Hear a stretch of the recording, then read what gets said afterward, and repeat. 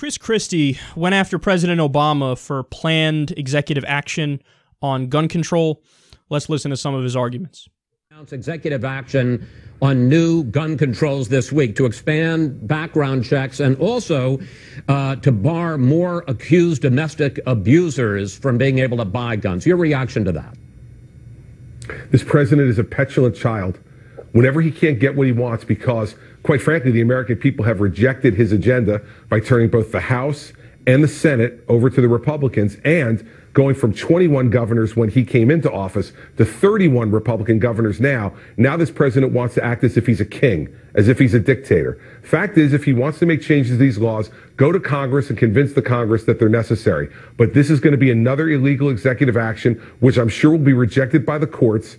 And when I become president, will be stricken from executive action by executive action I'll take. First of all, he's a king. He's a dictator. Okay, wait.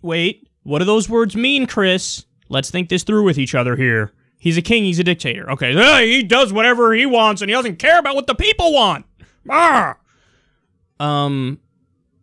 These executive orders expand background checks. 90% of the American people want universal background checks. That was probably the worst point you could have ever made, Chris Christie. There are many legitimate ways to go after President Obama. I like to think we do it all the time on the show. These guys are just like, let me pick the dumbest fucking argument, the most inaccurate argument anybody can make ever, and that's the one I'm going to try to use against him. He's like a king, he's like a dictator because he's doing what 90% of the American people want. That would be the opposite of a king. That would be the opposite of a dictator. And furthermore, even 75% of NRA members want universal background checks. 75% of NRA members. And that gets to a bigger point also, by the way, which is that the problem is the leadership of the NRA, who take their money from gun manufacturers, people who make money from selling guns, and then they give it to the Republican politicians to do their bidding, which is pass no new gun laws, okay? But the people of the NRA aren't even the problem. It's the leadership of the NRA, and it's the people who make money from selling guns, the gun manufacturers. So, but that's a different conversation for another day, so I digress from that. But look at the other points he made. A petulant child is what he is. He doesn't care about the law or the Constitution or anything like that. King, dictator. All right.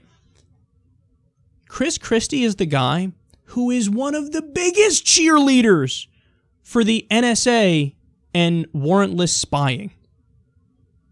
So now all of a sudden, on an issue where, and we don't even know the specifics of the executive order yet, so we don't know if it's unconstitutional or not. If it is, I'll come out and say it.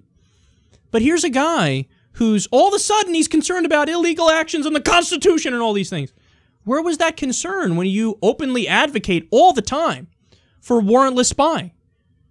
Again, Fourth Amendment, gone.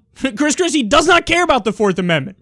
He doesn't care about protection from unreasonable search and seizure. He doesn't care about your right to privacy. He champions that cause.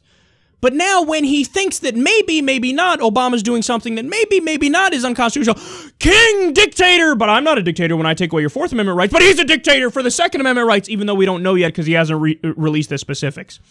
You're just dealing with somebody here who's not that bright. Again, I hate to say it. No, I don't, for being honest.